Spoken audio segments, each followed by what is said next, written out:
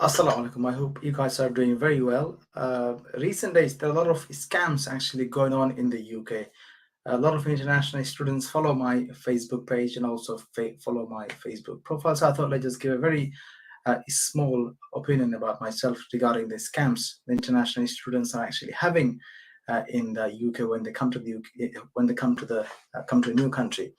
So basically, as you understand, a lot of international students comes to the UK. They have a lot of stress regarding their studies. They have stress regarding their academic matters. They have stress regarding their family matters. They might have a lot of tension in their head, a lot of panic in their head, stress in their head. But in the meantime, a lot of scammers, majority of them are based in India or maybe other countries or in Sri Lanka or somewhere, God knows where they are.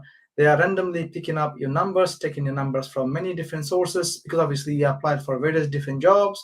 They collect your data from many different places and give you a ring back.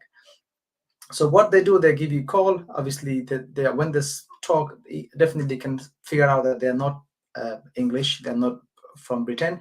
They're from other country. You can understand the foreign accent the accent that they have, and obviously could be like one of mine as well. Obviously, I was not born in this country, so they could have very similar tone or a very similar accent as South Asians, maybe from other um, Asian countries. So what they do, they basically give you a call asking, basically giving information regarding your underpayment insurance money. Maybe you have done something wrong. They talk about the penalty. So they're basically they're trying to do what they're trying to do. They're trying to cause distress alarm to yourself, and then you become panic. You basically then saying giving your number, your bank card details, and everything to them, and then the scammers taking the money out from your account, and then this is how you actually become a victim of fraud. Nothing that you can do. Of course, a lot of people say, for example, you may have done extra work 2 hours, during the term time. Maybe they will say, okay, I'm calling from HMRC and I'm calling from this department. If you don't pay the money, you will be arrested, your national insurance will be closed, your bank account will be closed.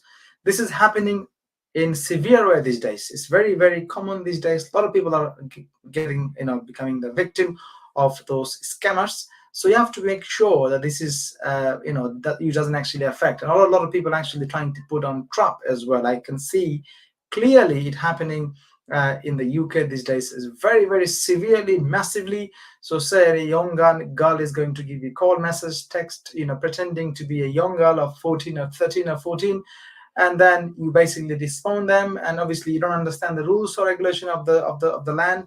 Obviously in some countries, if you're talking with underage girl, there is no problem, but when you come to the UK, you have to make sure you cannot talk to anyone who is when I said not talk to anyone, I mean definitely you can talk to people on the internet, but you have to make sure when you talk to somebody, they are legitimate, they are overage, they are, they're adult.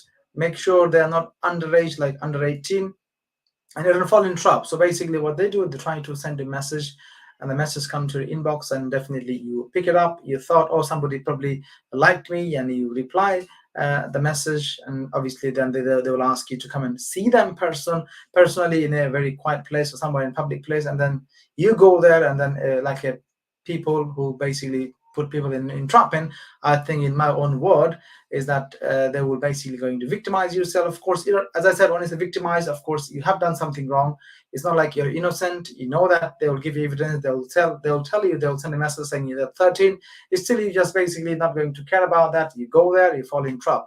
So make sure that few scams going on in the UK. It is very common for international students actually falling in trap. I've seen many videos recent days, so of course I thought it's my out of my responsibility to tell people that you should not actually fall in trap of these scammers, and don't be victim of that.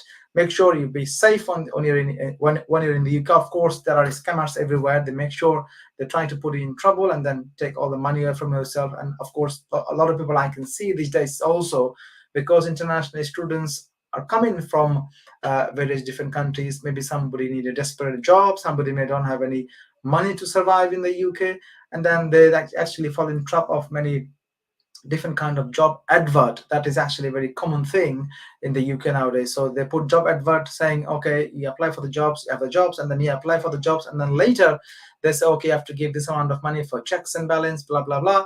they'll send you some invoice, something, and then you get the money, and then that's it. You're not going to get the job. You're never going to get the job, and you become the victim of fraud. So please make sure you do not fall in trap. Make sure you look into this. Make sure you care about this. Make sure you do not have any issues regarding these matters. Be careful at all time. And obviously, if you focus on your matters seriously, then I'm pretty sure you'll never be victim of any kind of fraud or deception. I'm doing this live after quite some time. Actually, I haven't done the live session for a long time, and I'm trying my best to do it continuously from now on. Let's see how it goes. Obviously, I have a very busy schedule these days. I can't really do continuously live sessions and cannot really give advice on regular basis. So please, if you are new in this country, new into the UK, make sure you are careful. Make sure you do not fall in trap. Make sure you do not become a victim of fraud. Make sure you are safe. Make sure you're not in the wrong hand. That's what I have to say. Thank you very much indeed, and take care. Allah Hafiz.